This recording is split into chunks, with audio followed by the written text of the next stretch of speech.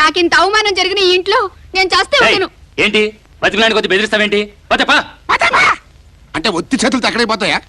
పాపం దాని అందం చందం మొత్తం నీకే దారపోసే. సరేలే, ఓ 25 లక్షలు దానికి నష్టపరిహారం మారి దాని పట్టది పోసుకుంటది. ఇవ్వను. ఇవ్వకపోతే నన్ను పెళ్లి చేసుకుంటానని చెప్పి మోసం చేసావని నిన్ను జైల్లో పెట్టిస్తా. వద్దు, ఆయన్ని జైల్లో పెట్టించొద్దు. కావాలంటే నా నగలన్నీ ఇచ్చేస్తాను, తీసుకుని వెళ్ళిపోండి. రాజీ, నువ్వు నగలవద్దు. వీళ్ళేం చేస్తారో నేను చూసుకుంటాను.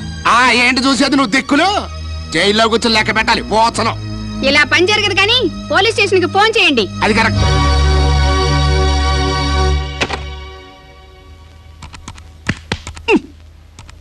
కంసమామా, పోలీసు వాళ్ళకి ఏమని చెప్తా?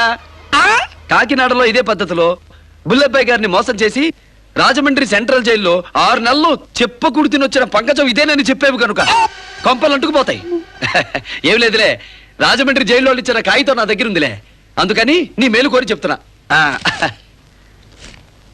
ఇదిగో చదువుకో.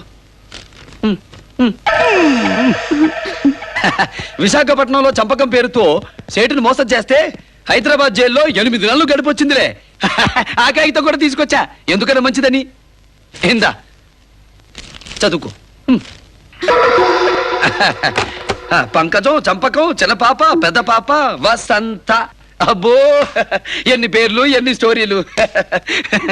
ఈ చరిత్ర మాత్రం పోలీసు వాళ్ళకి చెప్పమాక. చూసుకో. ఏంటిది కప్పలాగా నోరు తెరుచుకుని?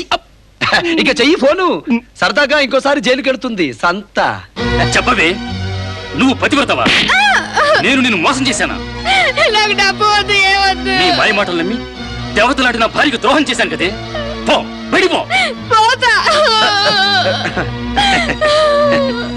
వసంత, నేను కూడా అగర కంస మామ, నీది హింస రూట్ అయితే నాది హంస రూటు. పాలకి పాలు, నీళ్ళకి నీళ్లు విడగొడతా. బాధపడింది. ఎరా, డోసులు ఇస్తావా అంట. ఇక వరుసగా నేను ఇస్తాను నీకు డోసులు. ఎలా ఉంది ఫస్ట్ డోసు? నిన్ను పైకి పంపడానికి నేను కింద నుంచి వచ్చా. పోరా పో. బావా, చాలా థ్యాంక్స్ బావా. బావా అట ఇంగ్లీష్ లో పొగడమాక, నాకు సిగ్గవుతుంది.